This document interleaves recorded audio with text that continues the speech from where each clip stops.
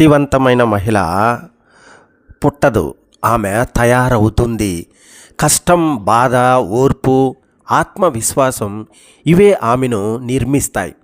శక్తి అంటే ఇతరులను నియంత్రించడం కాదు, నీ మనస్సును, నీ జీవితాన్ని నువ్వే నియంత్రించడం. ఈ 10 రహస్యాలు నీ జీవితాన్ని మార్చగలవు. శ్రద్ధగా వినండి. రహస్యం 1, తన విలువ తాను తెలుసుకోవాలి. శక్తివంతమైన మహిళ ప్రేమ కోసం వేడుకోదు, ఆమోదం కోసం పరిగెత్తదు. తాను ఎవరో తనకు తెలుసు. ఇతరులు గుర్తించకపోయినా తన విలువ మీద ఆమెకు సందేహం ఉండదు. నీ విలువ నువ్వే గుర్తించకపోతే ప్రపంచం నిన్ను తక్కువగానే చూస్తుంది. రహస్యం 2, ఒంటరితనాన్ని భయపడదు. శక్తివంతమైన మహిళ ఒంటరిగా ఉండటానికి భయపడదు. అది ఆమె శిక్ష కాదు, శక్తిని కూడగట్టుకునే సమయం. తప్పు సంబంధాల కంటే ఒంటరిగా ఉండడమే మేలు అని ఆమెకు తెలుసు. ఒంటరిగా ఉన్నప్పుడు నువ్వు నీ నిజమైన స్వరూపాన్ని తెలుసుకుంటావు. భావోద్వేగాలను నియంత్రిస్తుంది. ఆమెకు భావాలు ఉంటాయి, కానీ అవే ఆమెను నడిపించవు. ప్రతి మాటకు స్పందించదు, ప్రతి అవమానానికి రియాక్షన్ ఇవ్వదు. నిశ్శబ్దం ఆమె బలహీనత కాదు, ఆమె బలం. సరిహద్దులు పెట్టుకోవడం తెలుసు. శక్తివంతమైన మహిళ లేదు అని చెప్పడం నేర్చుకుంటుంది. తన గౌరవాన్ని తగ్గించే చోట ఎవరు ఉన్నా అక్కడ ఆమె ఉండదు. సరిహద్దులు పెట్టుకోవడం స్వార్థం కాదు, స్వీయ రక్షణ. బాధను శక్తిగా మార్చుకుంటుంది. ఆమె ఏడ్చింది, మోసపోయింది, ఒంటరిగా కష్టపడింది, కానీ అక్కడే ఆగిపోలేదు. నాకే ఎందుకు అని కాదు, ఇది నన్ను ఏమి నేర్పిస్తుంది అని అడిగింది. బాధ నిన్ను విరగదీయడానికి కాదు, నిన్ను బలంగా చేయడానికి వస్తుంది. ఆర్థిక అవగాహన కలిగి ఉంటుంది. శక్తివంతమైన మహిళ డబ్బుని అర్థం చేసుకుంటుంది. ఎవరి మీదైనా పూర్తిగా ఆధారపడదు. చిన్నగా అయినా సంపాదించాలి, సేవ్ చేయాలి, నేర్చుకోవాలి అని తెలుసు. ఆర్థిక స్వతంత్రత అంటే స్వేచ్ఛ. సౌకర్యం కంటే ఎదుగుదలను ఎంచుకుంటుంది. ఇతరులు నిద్రపోతున్నప్పుడు ఆమె నేర్చుకుంటుంది. ఇతరులు ఫిర్యాదు చేస్తున్నప్పుడు ఆమె మెరుగుపడుతుంది. సౌకర్యం అందంగా కనిపించే జైలు. ఇతర మహిళలతో పోటీ పడదు. శక్తివంతమైన మహిళ ఇతర మహిళల విజయం చూసి అసూయపడదు. ఆమె ప్రోత్సహిస్తుంది, ఆమె తోడ్పడుతుంది. ఒక మహిళ ఎదిగితే సమాజమే ఎదుగుతుంది. ధైర్యంగా మాట్లాడుతుంది. ఆమె గొంతు వణికవచ్చు, కానీ మౌనంగా మాత్రం ఉండదు. తన నిజం చెప్పడానికి అనుమతి కోసం ఎదురు చూడదు. నీ స్వరం నీ ఆయుధం. తనను తాను ప్రేమిస్తుంది. శక్తివంతమైన మహిళ తన లోపాలను ద్వేషించదు. తనను తాను చూసుకుని తనకు తాను నిలబడుతుంది. నీతో నువ్వు స్నేహం చేయడం మొదలైతే నిన్ను ఏదీ ఆపలేదు. శక్తివంతమైన మహిళ అంటే పరిపూర్ణమైన మహిళ కాదు, కష్టాల్లో కూడా తల వంచని మహిళ. భయంతో కాకుండా ధైర్యంతో జీవించే మహిళ. నువ్వు కూడా అలాంటి మహిళే. నీ శక్తిని గుర్తించు, నీ కథను నువ్వే రాయి. రామాయణం అనేది కేవలం ఒక ఇతిహాసం కాదు, అది మన జీవితం కోసం రాసిన ఒక మార్గదర్శిని. ఆ రామాయణంలో రాముడు ధర్మం ఎంత గొప్పదో సీతమ్మ జీవితం అంతకంటే లోతైనది. ఆమె బలహీనురాలు కాదు, ఆమె త్యాగం చేసినది చేతకానితనం వల్ల కాదు, ఆమె బలం వల్ల. ఈరోజు మనం సీతమ్మ జీవితం నుండి నేర్చుకోవలసిన కొన్ని గొప్ప జీవిత సత్యాలు తెలుసుకున్నాం. నిజమైన బలం మౌనంలో ఉంటుంది. సీతమ్మ ఎక్కడా అరవలేదు, అవమానం ఎదురైనా ఆవేశపడలేదు. అగ్ని పరీక్షలో కూడా ఆమె తన నిజాన్ని కేకలతో కాదు, నిశ్చల విశ్వాసంతో చూపించింది. ప్రతి పోరాటం అరుపులతో కాదు, కొన్నిటి గెలుపు మౌనంలోనే జరుగుతుంది. ప్రేమ అంటే త్యాగం, కానీ ఆత్మనాశనం కాదు. అరణ్యవాసానికి రాముడితో వెళ్ళిన సీతమ్మ భయంతో కాదు, ప్రేమతో. కానీ ఆమె తన ఆత్మ గౌరవాన్ని ఎక్కడా కోల్పోలేదు. ప్రేమ కోసం త్యాగం చేయాలి, కానీ నీ విలువను తాకట్టు పెట్టకూడదు. కష్టాలు నీ గొప్పతనాన్ని తగ్గించవు. అరణ్యం, అపహరణ, అశోకవనం, అగ్ని పరీక్ష, సీతమ్మ ఎదుర్కొన్న కష్టాలు ఆమెను అపవిత్రం చెయ్యలేదు, ఆమె పవిత్రతను మరింత వెలుగులోకి తెచ్చాయి. కష్టాలు నీ స్వచ్ఛతను కాదు, నీ బలాన్ని బయటపెడతాయి. ఆత్మగౌరవము అన్నిటికన్నా గొప్పది. అగ్ని పరీక్ష తర్వాత కూడా సీతమ్మ తనపై వచ్చిన అనుమానాన్ని మోసుకెళ్ళలేదు. చివరికి భూమిలోకి వెళ్ళిపోయింది. అది పరాజయం కాదు, ఆత్మ గౌరవానికి ఇచ్చిన అత్యున్నత స్థానం. నీ గౌరవం లేకుండా జీవించడం కన్నా గౌరవంతో నిష్క్రమించడం గొప్పది. స్త్రీ సహనం బలహీనత కాదు, సీతమ్మ సహించింది. కానీ అది చేతగానితనం కాదు, సహనం ఆమె శక్తి. అది అవసరమైన చోట నిశ్శబ్దంగా గర్జించే శక్తి. సహనం అంటే ఓటమి కాదు, సరైన సమయంలో వచ్చే విజయము. నువ్వు నిజమైతే కాలమే నీ పక్షం. సీతమ్మను చాలామంది ప్రశ్నించారు, కానీ కాలం ఆమెను తప్పు అనలేదు. ఈరోజు కూడా సీతమ్మ పవిత్రతపై ఎవరికీ సందేహం లేదు. నిజానికి సమయం పడుతుంది, కానీ అది తప్పదు. స్త్రీ ధైర్యం ఆయుధం లేకుండానే యుద్ధం గెలుస్తుంది. సీతమ్మ వద్ద ఆయుధం లేదు, కానీ రావణుడి ముందు తల వంచలేదు. ధైర్యం అంటే చేతిలో కత్తి కాదు, మనస్సులో భయం లేకపోవడమే. మాతృత్వం పరిపూర్ణ త్యాగం. లవకుశలను అరణ్యంలో ఒంటరిగా పెంచింది. పిల్లల భవిష్యత్తు కోసం తన బాధను దాచుకుంది. తల్లి ప్రేమ కనిపించదు, కానీ జీవితాంతం రక్షణగా ఉంటుంది. ప్రతిసారి న్యాయం మనకు అనుకూలంగా జరగదు. సీతమ్మ నిర్దోషిని అయినా పరీక్షలు ఎదుర్కొంది. జీవితం న్యాయంగా ఉండకపోవచ్చు, కానీ నువ్వు న్యాయంగా ఉండాలి. స్త్రీ అంటే సహనం, ధైర్యం, ఆత్మ గౌరవం. సీతమ్మ జీవితం ఒక సందేశం. స్త్రీ బలహీనురాలు కాదు, ఆమె ఓర్పు ఉన్న తుఫాను. నువ్వు కూడా సీతమ్మలా శాంతంగా కానీ అచంచలంగా ఉండాలి. ముగింపు మాట ఏమంటే, సీతమ్మ కథ కేవలం పురాణం కాదు, ఈరోజు ప్రతి స్త్రీ జీవితానికి ఒక అద్దం. నీ శక్తిని గుర్తించు, నీ గౌరవాన్ని కాపాడు, నీ ధర్మాన్ని వదలవద్దు. ఒక కుటుంబం ఎలా ఉంటుంది అన్నది ఆ ఇంట్లో ఉన్న మహిళ మీద చాలా వరకు ఆధారపడి ఉంటుంది. ఇల్లు కట్టేది ఇటుకలు, కానీ కుటుంబాన్ని నిలబెట్టేది మహిళ. ఆమె బలంగా ఉంటే కుటుంబం బలంగా ఉంటుంది. ఆమె స్పష్టంగా ఉంటే కుటుంబానికి దారి ఉంటుంది. అయితే ఒక కుటుంబం నిజంగా ఎదగాలంటే ఆ మహిళ ఎలా ఉండాలంటే, మొదట తన విలువను తాను తెలుసుకోవాలి. కుటుంబం కోసం అన్నీ చేస్తూ తనను తాను మర్చిపోయే మహిళ కాదు. తన విలువను తెలిసిన మహిళే కుటుంబాన్ని బలమైన ఆధారం అవుతుంది. తనను తాను గౌరవించని మహిళను ఇతరులు కూడా గౌరవించరు. ఓర్పు మరియు స్పష్టత రెండూ ఉండాలి. ఓర్పు అవసరం, కానీ ప్రతి విషయంలో మౌనంగా ఉండటం కాదు. సరి అయిన సమయంలో సరి అయిన మాట చెప్పగలగాలి. ఓర్పు అంటే మౌనం కాదు, అర్థం చేసుకుని నిర్ణయం తీసుకోవడం. కుటుంబాన్ని కలిపే శక్తి ఉండాలి. అమ్మగా, భార్యగా, కోడలిగా అన్ని పాత్రల్లో సంబంధాల మధ్య వంతెనలా ఉండాలి. చిచ్చు పెట్టే మాటలు కాదు, శాంతి తెచ్చే మాటలు మాట్లాడాలి. ఒక మాట కుటుంబాన్ని కూల్చవచ్చు, ఒక మాట కుటుంబాన్ని కాపాడవచ్చు. పిల్లలకు మాటలతో కాదు, జీవితంతో నేర్పాలి. పిల్లలు వినేది తక్కువ, చూసేది ఎక్కువ. నీ ప్రవర్తన వాళ్ళ భవిష్యత్తుకు పాఠం. నువ్వు ఎలా జీవిస్తావో అదే వాళ్ళ జీవితం అవుతుంది. భర్తతో భాగస్వామిగా ఉండాలి, పోటీగా కాదు.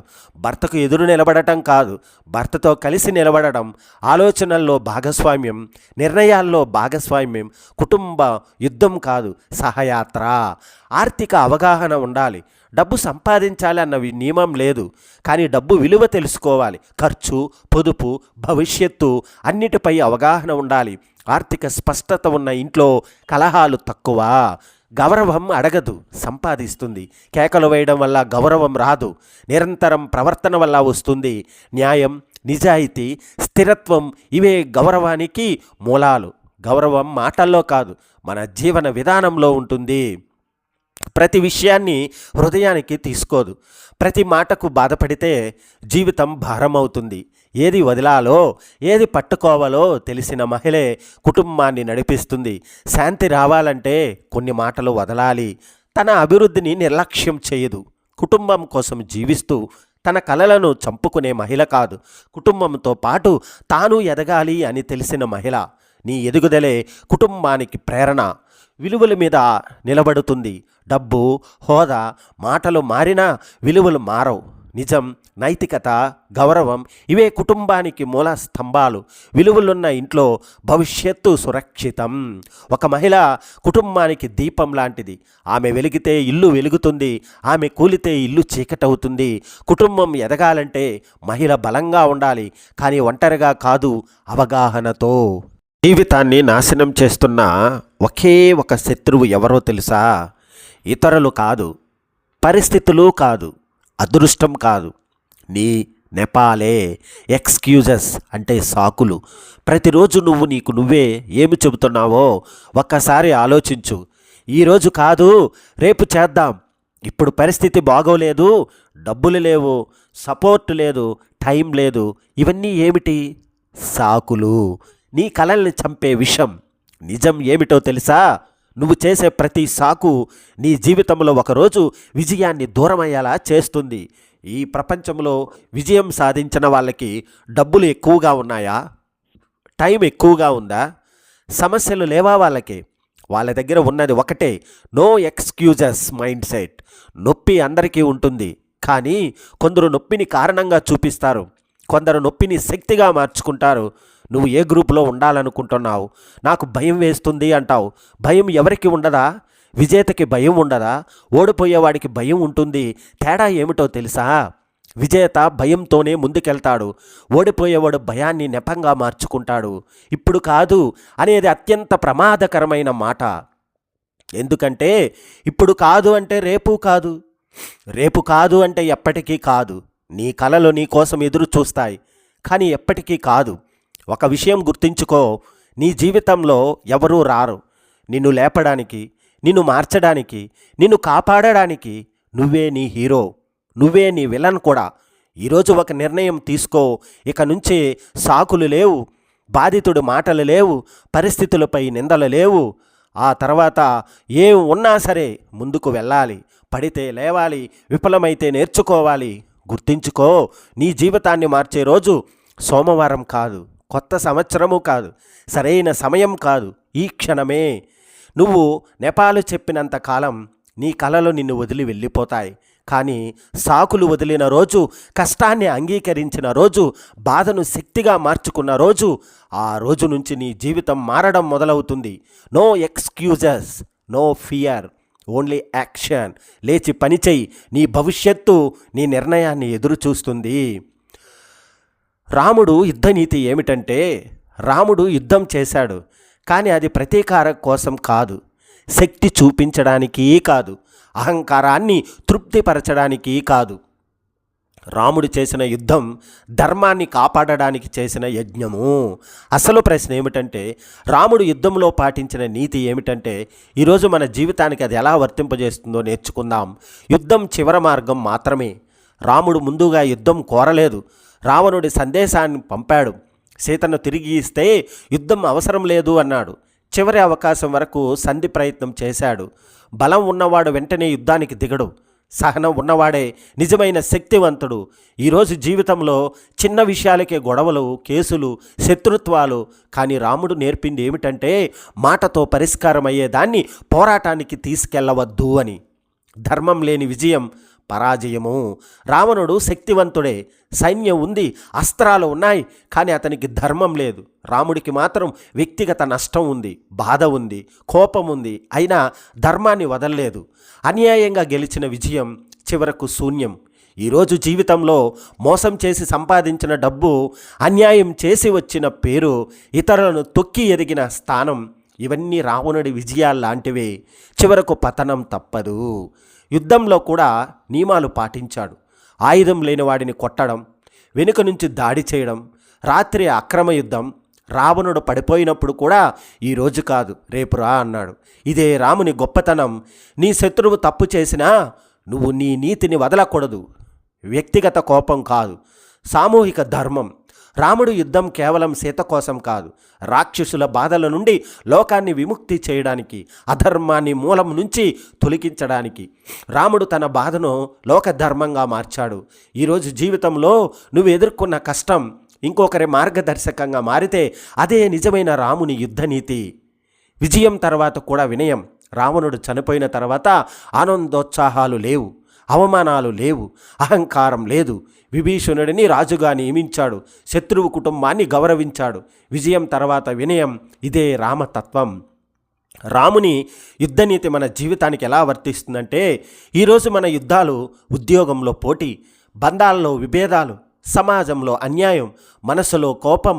రాముడు చెబుతున్నాడు, ముందుగా శాంతి ప్రయత్నించు, అవసరమైతే పోరాడు, కానీ నీ ధర్మాన్ని వదలవద్దు, గెలిచినా వినయంగా ఉండు.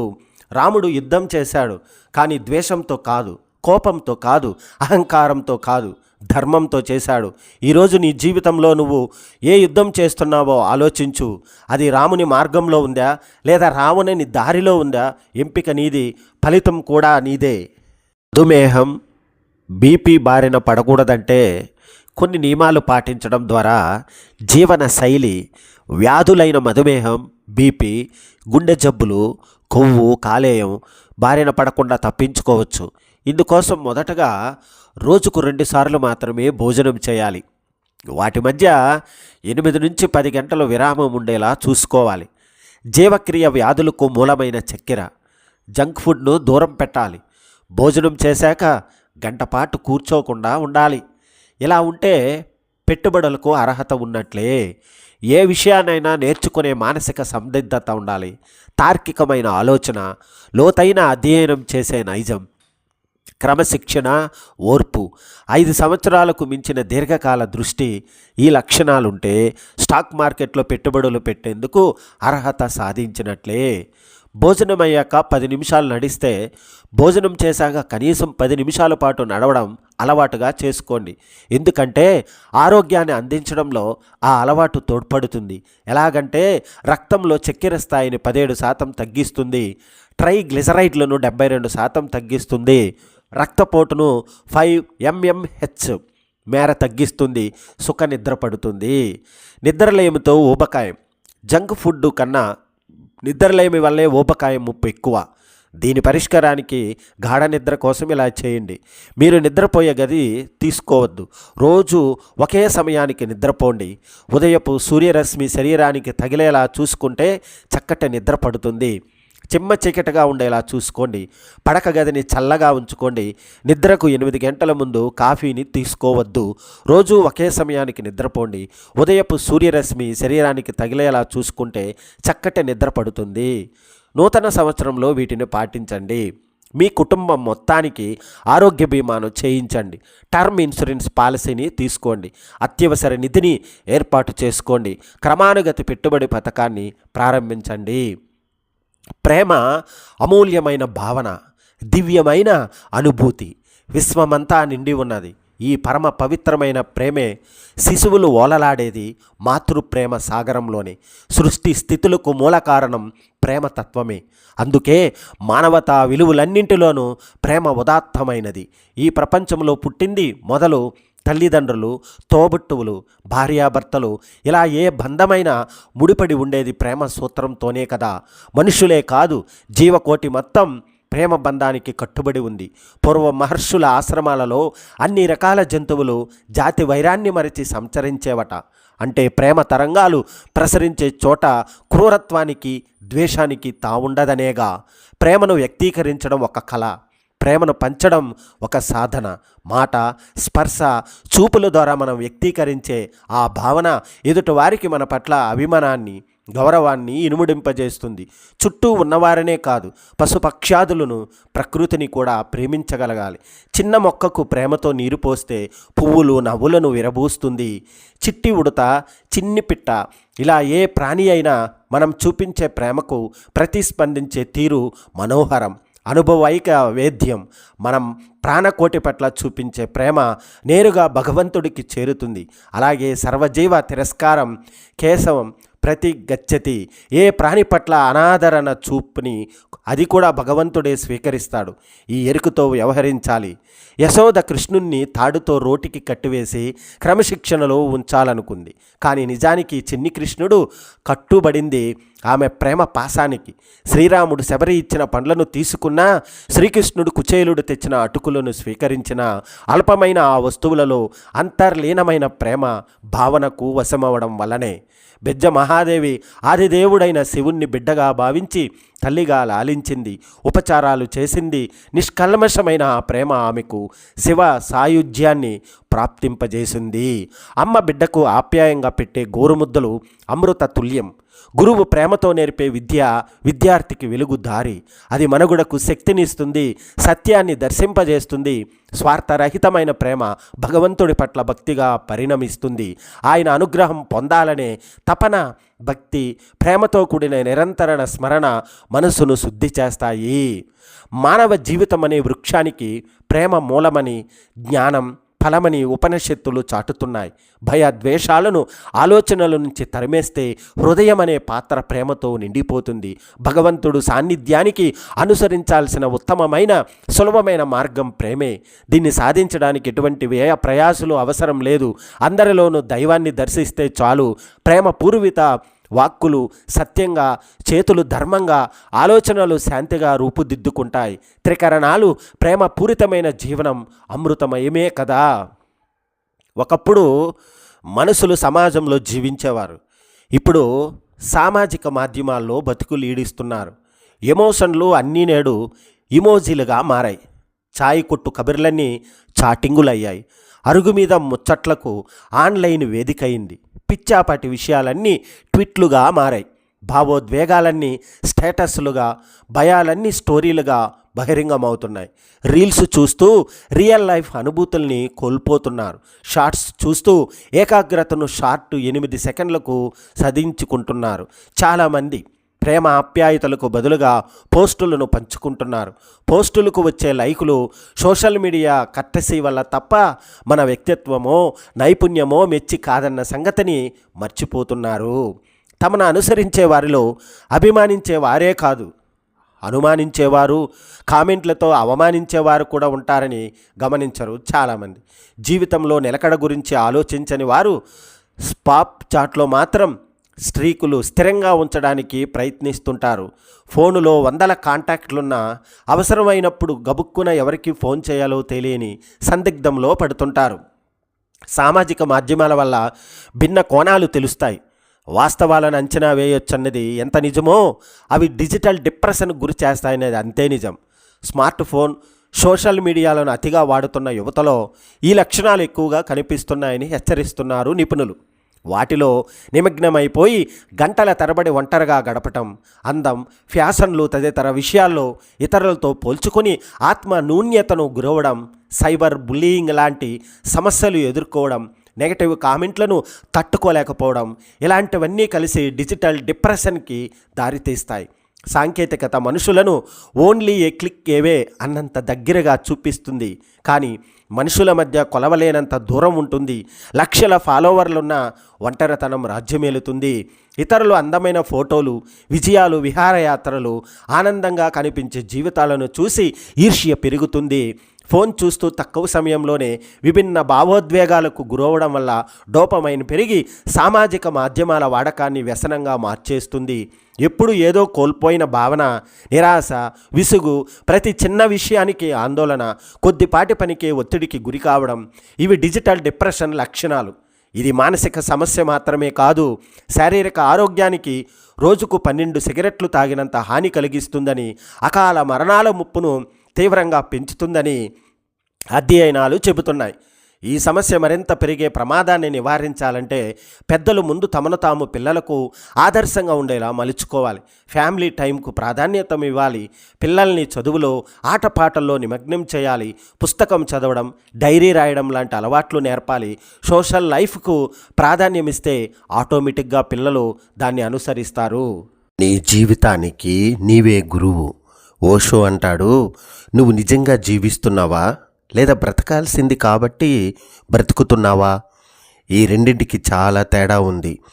బ్రతకడం అనేది శ్వాస తీసుకోవడం మాత్రమే, కానీ జీవించడం అనేది చైతన్యంతో ఉండడం.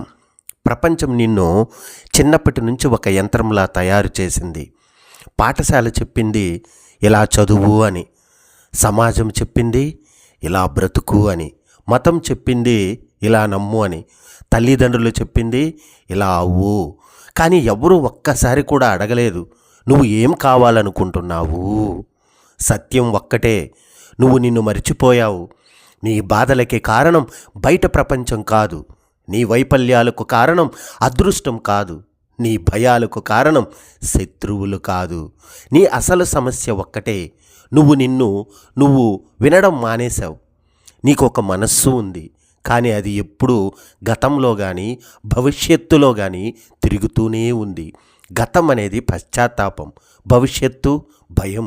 ఈ రెండింటి మధ్య నీ జీవితాన్ని నాశనం చేసుకుంటున్నావు. ప్రస్తుత క్షణమే దేవుడు. ఓషో చెబుతాడు, దేవుడు ఆలయంలో లేడు, మసీదులో లేడు, చర్చిలో లేడు, ఈ క్షణంలో ఉన్న నీ శ్వాసలో ఉన్నాడు. నీ శ్వాసను గమనించు. ఒక్క నిమిషం ఎలాంటి ఆలోచనలు లేకుండా, ఎలాంటి ప్రార్థనలు లేకుండా కేవలం ఉండు. అక్కడే నువ్వు నిన్ను కనుగొంటావు. ఆలోచనలే నీ జైలు. నువ్వు అనుకుంటున్నావు నేను ఆలోచిస్తున్నాను అని, కానీ నిజం ఏమిటో తెలుసా? ఆలోచనలు నిన్ను నడిపిస్తున్నాయి. నీ మనసు ఒక యజమాని అయిపోయింది, నువ్వు దాని బానిసవైపోయావు. ఓషో చెబుతాడు, మనసు మంచి సేవకుడు కానీ భయంకరమైన యజమాని. మనస్సును ఉపయోగించు కానీ దానికి లోబడిపోకు. స్వేచ్ఛ అంటే తిరుగుబాటు. స్వేచ్ఛ అంటే నియమాలు లేకపోవడం కాదు. స్వేచ్ఛ అంటే నీ జీవితానికి బాధ్యత నువ్వే తీసుకోవడం. నీ బాధలకు ఎవ్వరిని నిందించవద్దు. నీ సంతోషానికి ఎవ్వరిని ఎదురు చూడవద్దు. నువ్వే నీ స్వర్గం, నువ్వే నీ నరకం. ఈ నిజాన్ని అంగీకరించిన రోజే నీ జీవితం మారుతుంది. ప్రేమ బంధనం కాదు, జాగృతి. ప్రపంచం ప్రేమను బంధంగా మార్చింది. అందుకే సంబంధాల్లో బాధలు. ఓషో చెబుతాడు, ప్రేమ అంటే స్వేచ్ఛ ఇవ్వడం, పట్టుకోవడం కాదు. నువ్వు ఎవరినైనా ప్రేమిస్తే వాళ్ళని అవసరంగా మార్చవద్దు. ప్రేమ అవసరం కాదు, ప్రేమ పంచుకోవడం. నువ్వు ప్రత్యేకుడివి కానీ నకలు అవుతున్నావు. ప్రతి మనిషి ఈ భూమిపై ఒక ప్రత్యేకమైన సంగీతంలా పుట్టాడు. కానీ సమాజం చెబుతుంది వాళ్ళలా అవ్వు, ఇలా ఉండాలి, అలా చెయ్యాలి. అలా చేస్తే నువ్వు విజయవంతుడు అవ్వచ్చు. కానీ ఆత్మహత్య చేసుకున్నట్లే. నువ్వుగా ఉండే ధైర్యమే అసలైన విజయం. జీవితం ఎక్కడో చేరుకోవడానికి కాదు, జీవితం ఇప్పుడే జీవించడానికి. రేపు మంచిగా బ్రతుకుతానని అనుకోకు. రేపు అనేది ఎప్పటికీ రాదు. ఈ క్షణమే నీ జీవితం. ఈ క్షణంలో నవ్వగలిగితే నువ్వు జాగృతుడివి. ఈ క్షణంలో నిశ్శబ్దంగా ఉండగలిగితే నువ్వు స్వేచ్ఛావంతుడివి. ఈ క్షణంలో నువ్వు అంగీకరించగలిగితే నువ్వే నీ గురువు. కొన్ని రహస్యాలు బయట చెప్పకూడదు. ఇల్లు మరియు కుటుంబం యొక్క సమస్యలను పరిష్కరించడం రహస్యంగా ఉంచు. కుటుంబ దుఃఖాలను బయట పెట్టవద్దు. ఇది జీవితంలో మొదటి నియమం. మీ ఇంటి సమస్యలను బయట వారికి ఎప్పుడూ వెల్లడించవద్దు. అది గొడవైనా, విడిపోయే పరిస్థితులైనా, లేదా ఏదైనా వ్యక్తిగత సమస్య అయినా ఇంటి బయట వెల్లడించవద్దు. మీరు మీ ఇంటి లోపాలను బయట చూపించినప్పుడు ఇతరులు వాటిని ఏకం చేయడానికి బదులుగా వాటిని ఎక్కువ వ్యతిరేకంగా వ్యాప్తి చేయడం ప్రారంభిస్తారు. వారు దయను కోరుకోరు, కానీ మిమ్మల్ని వీధుల పాలు మాత్రము కోరుకుంటారు. ఒకప్పుడు గ్రామంలో 2 సోదరులు ఉండేవారు. వారు తరచుగా గొడవ పడుతుండేవారు. ఒకరోజు అన్నయ్య పంచాయతీ సమావేశంలో తమ్ముడు గురించి చెడుగా మాట్లాడాడు. ఫలితంగా మొత్తం కుటుంబం యొక్క ప్రతిష్ట క్షీణించింది మరియు ప్రజలు వారి నుండి దూరం కావడం ప్రారంభించారు. కుటుంబ విషయాలు బహిరంగమైన తర్వాత సంబంధాలు క్షీణిస్తాయి మరియు ప్రజలు మీ దుఃఖాన్ని మీకు వ్యతిరేకంగా ఆయుధంగా ఉపయోగిస్తారు. అతను ఇలా కొనసాగించాడు, ఓ అర్జున, కుటుంబ వివాదం బహిరంగమైతే అది కుటుంబ పునాదిని కదిలిస్తుంది. కాబట్టి పరిస్థితి ఎంత దారుణంగా ఉన్నా మీ కుటుంబ విషయాలను మీ ప్రియమైన వారికి పరిమితం చేయండి. ఎందుకంటే బయట ప్రపంచం గాయాలకు ఔషధం కాదు, బదులుగా అవతల దానిపై ఉప్పు చల్లుతారు. ఇక 2వ మంత్రం, మీ సంపాదనను రహస్యంగా ఉంచడం. శ్రీకృష్ణుడు ఆత్మనో ధనం నా ప్రకాశం అని అన్నాడు. మీ సంపదను వెల్లడించవద్దు. మీ ఆదాయం, మీ సంపద లేదా మీ విజయం గురించి ఎవరికి గొప్పగా చెప్పుకోకండి. అతను అర్జునుడు ఒక ఉదాహరణ ఇచ్చాడు. ఒకసారి ఒక రాజు తన రాజ్య సంపాదన గొప్పగా చూపించాడు. అందరూ చూసేలా తన ఖజానా గదులను తెరిచాడు. కొన్ని రోజుల తర్వాత పొరుగు రాజ్యాలు అతనిపై దాడి చేసి అతని సంపదలన్నిటినీ దోచుకున్నాయి. సంపద ఎంత రహస్యంగా ఉంటే అది ఎంత సురక్షితంగా ఉంటుంది. అది దానిని ప్రదర్శించడం అంటే దురాశపరులైన మరియు అసూయపడే వ్యక్తులకు తనను తాను బహిర్గతం చేసుకోవడమే. శ్రీకృష్ణ భగవానుడు ఇలా అన్నాడు, ఓ పార్థ, నిజమైన ధనవంతుడు తన సంపదను ప్రదర్శించడం మీరు ఎప్పటికీ చూడలేరు. ఎందుకంటే వారికి సంపద తెలిసిన చోట దురాశ, అసూయ మరియు దుఃఖం కూడా పెరుగుతుందని తెలుసు. కొందరు మీకు సహాయం చేసే నెపంతో మీ వద్దకు వస్తారు. కొందరు మిమ్మల్ని అవమానించడానికి ప్రయత్నిస్తారు మరియు కొందరు మీకు లేనిది ఉన్నందున మిమ్మల్ని ద్వేషిస్తారు. సంపద యొక్క గొప్ప రక్షకుడు దానిని దాచడం. అని ఆయన స్పష్టంగా చెప్పాడు. మీ సంపద గురించి ఇతరులు తెలుసుకుంటే వారు మీ మానసిక ప్రశాంతతను కోల్పోతారు. కాబట్టి మీ మనస్సు స్థిరంగా మరియు ప్రశాంతంగా ఉండేలా మీ సంపదను రహస్యంగా ఉంచండి. ఇక మూడవ మంత్రం, భవిష్యత్తు ప్రణాళికలను రహస్యంగా ఉంచండి. శ్రీకృష్ణుడు కార్యస్య యోజన ప్రకాశ, పని ప్రణాళికను వెల్లడించవద్దు అని అన్నారు. ఓ అర్జున, ఏదైనా ప్రణాళిక పూర్తయ్యే వరకు మీ మనస్సులో ఉంచుకోండి. తమ ప్రతి అడుగును ముందుగానే ప్రకటించేవారు తరచుగా తమ గమ్యాన్ని చేరుకునే లోపు దారి తప్పుతారు. ఒక వ్యాపారవేత్త, అతను ఒక పెద్ద సుగంధ ద్రవ్యాల దుకాణం తెరవాలని ప్లాన్ చేసుకున్నాడు. తన బంధువులు మరియు స్నేహితులందరికీ చెప్పాడు. మరుసటి వారం ఒక తెలివైన వ్యక్తి అతని మాట విని అదే ప్రదేశంలో మరొక దుకాణం తెరిచి మార్కెట్ను మలుపు తిప్పాడు. వ్యాపారి వచ్చే సమయానికి చాలా ఆలస్యమైంది. ప్రతి ఆలోచన ఒక విత్తనం లాంటిది.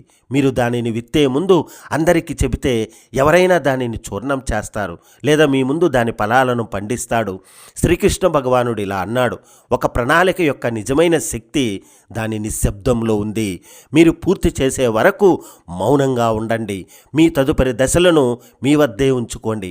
వాటిని అందరికీ వెల్లడించడం ద్వారా మీరు అనవసరంగా విమర్శలతో మిమ్మల్ని మీరు భారం చేసుకుంటారు. ఈ ప్రపంచం మీ ప్రణాళికలను రక్షించదు లేదా మీ వైఫల్యానికి బాధ్యత వహించదు. నాలుగవ మంత్రం, మీ బలహీనతలను రహస్యంగా ఉంచండి. శ్రీకృష్ణుడు భగవానుడు అన్నాడు, ఆత్మనో దుర్గభత న ప్రకాశ, మీ బలహీనతలను వెల్లడించవద్దు అని అన్నారు. మీరు మీ బలహీనతను వేరొకరికి వెల్లడించిన రోజు, ఆ రోజు మీరు మీ ఓటమి వైపు మొదటి అడుగు వేసినట్టే.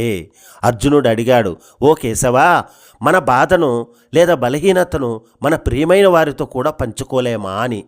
నీ బలం వారికి ప్రయోజనం చేకూర్చేంత వరకు నీ ప్రియమైన వారు తరచుగా నీతోనే ఉంటారు. కానీ నీ బలహీనత బయటపడిన వెంటనే అదే వ్యక్తులు దూరంగా వెళ్ళిపోతారు లేదా నీ వెనుక దాడి చేస్తారు అని అన్నాడు. అతను ఒక యోధుడి కథ చెప్పాడు. ఒక యోధుడు బాణాలకు చాలా భయపడ్డాడు. అతను తన స్నేహితుడికి ఈ విషయం చెప్పాడు. కొంత సమయం తర్వాత ఆ సహచరుడు శత్రువుతో చేరాడు మరియు యుద్ధంలో మొదటి బాణాలు ఆ యోధుడి వైపు ప్రయోగించబడ్డాయి. ఎందుకంటే అతనికి ఎక్కడ కొట్టాలో తెలుసు. నీకు అందుబాటులో ఉన్నంత వరకు బలహీనతే నీ బలమని అన్నాడు. నీకు మాత్రమే తెలియాలి. అది వేరొకరికి తెలిసిన రోజు అది నీకు వ్యతిరేకంగా అతిపెద్ద ఆయుధంగా మారుతుంది. నిజమైన యోధుడు అంటే తన గాయాలను తనలోనే దాచుకొని దుఃఖంలో చిరునవ్వు ఉంచుకునేవాడు. ప్రపంచంలో చాలామంది మీకు సహాయం చేయడానికి కాదు, మీ ఓటమి దృశ్యాన్ని చూడటానికి ఉన్నారు అని గుర్తుపెట్టుకోవాలి. ఐదవ మంత్రం, నీ దాతృత్వం గురించి గొప్పలు చెప్పుకోకు. శ్రీకృష్ణ భగవానుడు అన్నాడు, యజ్ఞస్య దానస్య ప్రచారో న కృతః. యజ్ఞం మరియు దాన ధర్మాలకు ప్రచారం చేయకు. నోటితో మాట్లాడే దాన ధర్మం ధర్మం కాదు, అహంకార ప్రదర్శన. మీరు దాన ధర్మాలు చేసి దాని గురించి గొప్పలు చెప్పుకుంటే అది సహాయం కంటే మీ గర్వాన్ని పెంచుకునే మార్గంగా మారుతుంది. ఈ సంవత్సరం ఒక రాజు తన ఆస్థానంలో చాలా దాన ధర్మాలు చేసినట్టు ప్రకటించాడని అర్జునుడికి వివరించాడు. ప్రజలు ఆయనను ప్రశంసించారు. కానీ అది ప్రకటించబడినందున దాన ధర్మాలు ధర్మంగా మారలేదు. దాతృత్వం దాచబడినప్పుడే ఫలవంతమవుతుంది. మీరు నిజంగా ఎవరికైనా సహాయం చేయాలనుకుంటే దాని గురించి ప్రపంచానికి చెప్పాల్సిన అవసరం లేదని శ్రీకృష్ణ భగవానుడు చెప్పాడు. నిజమైన హృదయం నుండి ఇచ్చే దాన ధర్మాలు నేరుగా దేవుడిని చేరుతాయి. మిగతావన్నీ కేవలం ఒక ప్రదర్శన మాత్రమే. ఆరవ మంత్రం, అవమానం మరియు ఓటమిని బహిర్గతం చేయవద్దు. ప్రతి ఒక్కరూ జీవితంలో ఏదో ఒక సమయంలో ఓడిపోతారు లేదా అవమానాన్ని ఎదుర్కొంటారు. కానీ ఆ ఓటమిని పదే పదే పునరావృతం చేయడం అనేది ఒకరి స్వంత గాయాలను గీసుకున్నట్లే. యోధుడు యుద్ధంలో ఓటమిని ఎదుర్కొన్నాడు మరియు అతని ఓటమికి అతను అందరికీ చెప్పాడు. కొంతమంది సానుభూతి చెందారు, కానీ చాలామంది అతన్ని నవ్వులు పాలు చేశారు. అతను మళ్ళీ యుద్ధభూమిలోకి ప్రవేశించినప్పుడు అందరూ అతని ఓటమిని చూడడానికి వేచి ఉన్నారు. మీరు ఎప్పుడైనా అవమానాన్ని ఎదుర్కొన్నట్లయితే దానిని మీ బలంగా మార్చుకోండి. ప్రపంచం చాలా తెలివైనది. అది మీ బాధలకు ఏడవదు, కానీ వాటిని గుర్తించుకొని మీకు వ్యతిరేకంగా ఉపయోగిస్తుంది. పడిపోయిన తర్వాత కూడా ఏమీ మాట్లాడకుండా మళ్ళీ లేచి నిలబడి తన మౌనంతో అందరినీ ఆశ్చర్యపరిచేవాడే నిజమైన విజేత. 7వ మంత్రం, మీ భావాలను రహస్యంగా ఉంచండి. శ్రీకృష్ణ భగవానుడు అన్నాడు, మనసః భవం న ప్రకాశం అన్నాడు. మనస్సు యొక్క భావాలను వెల్లడించవద్దు. మనిషి యొక్క అతిపెద్ద రహస్యం అతని మనస్సు. అందరి ముందు తన మనస్సును తెరిచే వ్యక్తి ఇచ్చేవాడు ముందుగా విరమించుకుంటాడు. మీరు ఏడ్చినప్పుడు, కోపంగా ఉన్నప్పుడు లేదా మీ బాధను వ్యక్తం చేసినప్పుడు ప్రజలు సానుభూతి చూపరు, కానీ మీ బలహీనత కోసం చూస్తారు అని కృష్ణ భగవానుడు వివరించాడు. వారు మిమ్మల్ని ఎక్కడ విచ్ఛిన్నం చేయవచ్చో ఆలోచిస్తారు. మీరు ఎవరితోనైనా కోపంగా ఉన్నారని చెబితే ఆ వార్త మీ శత్రువులకు చేరుతుంది. మీరు ప్రేమించే వ్యక్తికి చెబితే అదే వ్యక్తులు ఆ ప్రేమను విచ్ఛిన్నం చేయడానికి ప్రయత్నిస్తారు. మీరు మీ బాధను వ్యక్తపరిస్తే ఇతరులు దాని పరిష్కారం కంటే దాని ప్రయోజనాల గురించి ఆలోచిస్తారు. ఆయన భావోద్వేగాలు అన్నారు, వస్తువులు కూడా డబ్బు లాంటివి. అందరికీ వెల్లడైనవి దాని విలువను కోల్పోతాయి, కానీ లోపల భద్రంగా ఉంచబడినవి బలంగా అవుతాయి. నిజంగా నిస్వార్థపరుడితో మాత్రమే మీ హృదయాన్ని మాట్లాడుకోండి. అందరి ముందు నవ్వుతూ ప్రశాంతంగా ఉండండి. ప్రతి సంబంధంలో ప్రేమ మరియు నమ్మకం ఉండవచ్చు, కానీ రహస్యంగా ఉంచడం తెలివైన పని.